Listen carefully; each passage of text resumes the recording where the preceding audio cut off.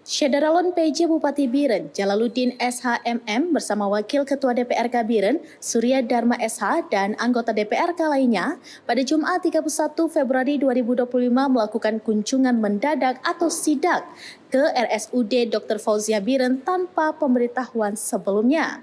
Beberapa saat kemudian, Dr. Mukhtar Mars turun ke bawah dan mendampingi PJ Bupati Biren melihat berbagai ruangan. PJ Bupati Biren memasuki ruangan poli dan menanyakan beberapa hal kepada pegawai, salah satunya di ruangan poli pelayanan mata. Di ruangan tersebut, PJ Bupati Biren menanyakan berapa jumlah dokter spesialis mata dan berapa orang yang ditangani setiap harinya.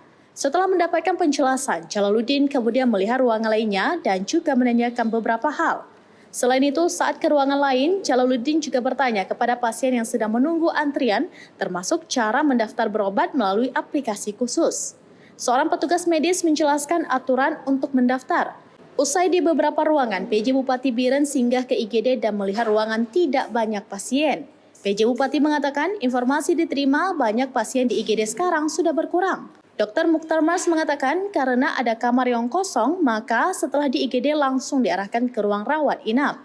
Di ruangan IGD, Jalaluddin meminta manajemen untuk memperbaiki salah satu AC yang bocor dan jangan sampai dibiarkan kotor. Sebenarnya rata-rata saya lihat tadi baik di UGD, kemarin kita lihat ada pasien yang laporannya tidur di semen, tapi saya tinjau tadi nggak ada. Saya tinjau bagus. Cuma ada sedikit tadi bocor ACG itu biasa, hari ini pun saya perbaiki. Tapi yang meledak-ledak yang pemberitaan itu saya tidak melihat tadi. Di akhir kunjungan, PJ Bupati Biren langsung mengadakan pertemuan dengan unsur manajemen di salah satu ruangan. Dari Biren, Yusmandin Idris, serambinews.com.